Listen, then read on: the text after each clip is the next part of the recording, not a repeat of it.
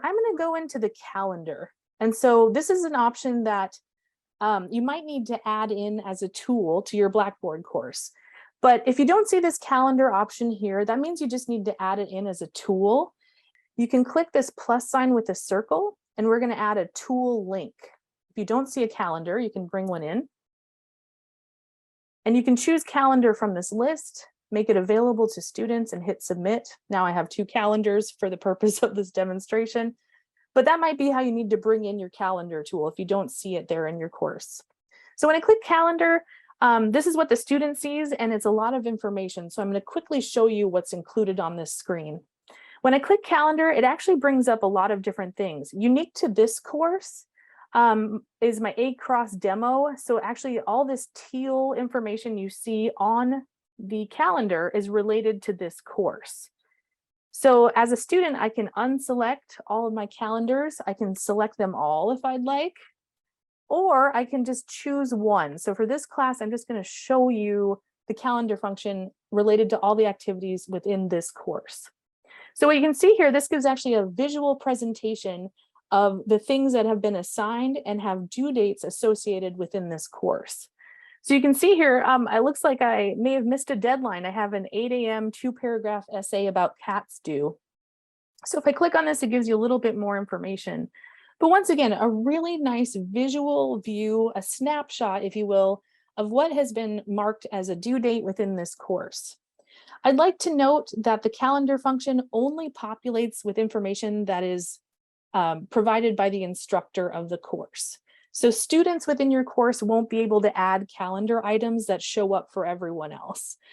One of the reasons why we're doing this session is because if you close out of the courses now and just look at that main menu, that global navigation menu, you'll see the calendar link there. So students are a lot more likely to go in and use their calendar and look at sort of what's happening in all of their courses this way than they were before, when they would have to go into a drop-down menu in the top corner. So students will already be looking for information in the calendar and activity stream. The calendar function is really only useful for students if as instructors, we are placing in due dates.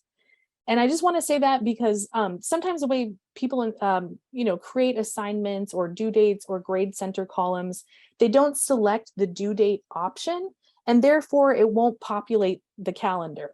So that's kind of the second piece we'd like you to know. As an instructor, we urge you, and I'll quickly show you a little bit about assigning due dates here, that the due date setting will really be what triggers that calendar tool. And so we really want to urge you to get used to doing that. If you click actually on these items, it actually, as a student, it will take you to that assignment. You can actually add in events. Let's say on the 26th here, I want to add in, we're going to the museum for this course on the 26th. So I can actually create an event by clicking on that day. And I can put in some parameters here when it starts. It goes from noon. I'm going to say, on the 26th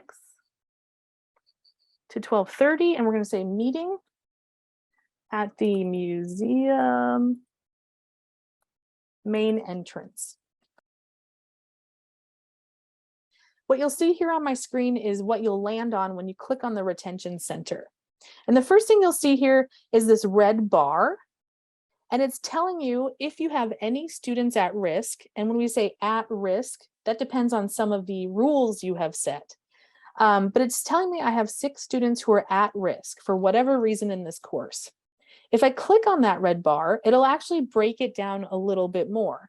For instructors with large courses, if you click on that at-risk bar at the top, the red bar, where it'll break out, and then you click on whatever the category is, you can send a notification to all of the students that haven't logged in, or all of the students that have missed a deadline. And if you do that, just make sure that you're not including the student information. There's a little checkbox. You want to make sure they don't know who the other students are in that group to maintain that confidentiality. You can customize this. So as you can see here, there are some rules that have been auto-populated within my retention center that I can change or even modify as I go throughout the semester. And you can do that by clicking this Customize button here on the Retention Center. There's a lot of different things and rules you can kind of customize here. If you want to create a new rule, you can go to the drop down here, Create a Rule.